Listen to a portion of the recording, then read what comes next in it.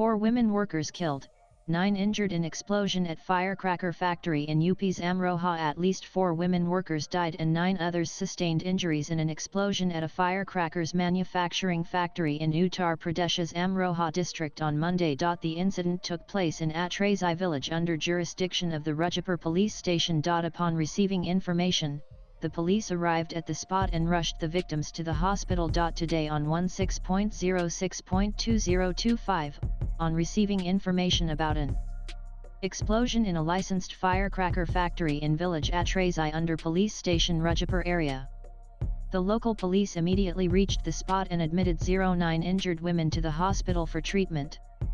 The bodies of 4 dead women have been sent for post-mortem.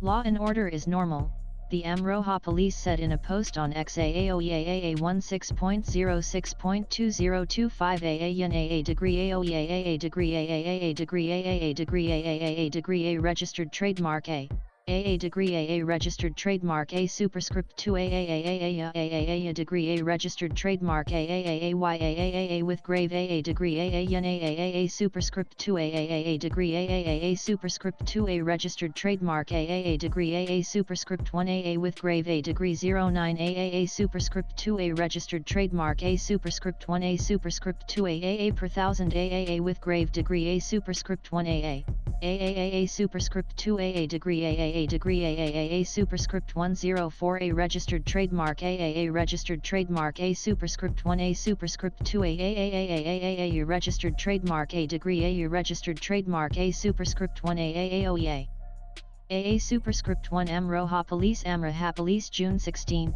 2025. Superintendent of Police Amit Kumar Anand said, around 12 p.m. in Thana Rajapur, village Atrezi, information was received about an explosion in a licensed firecracker factory.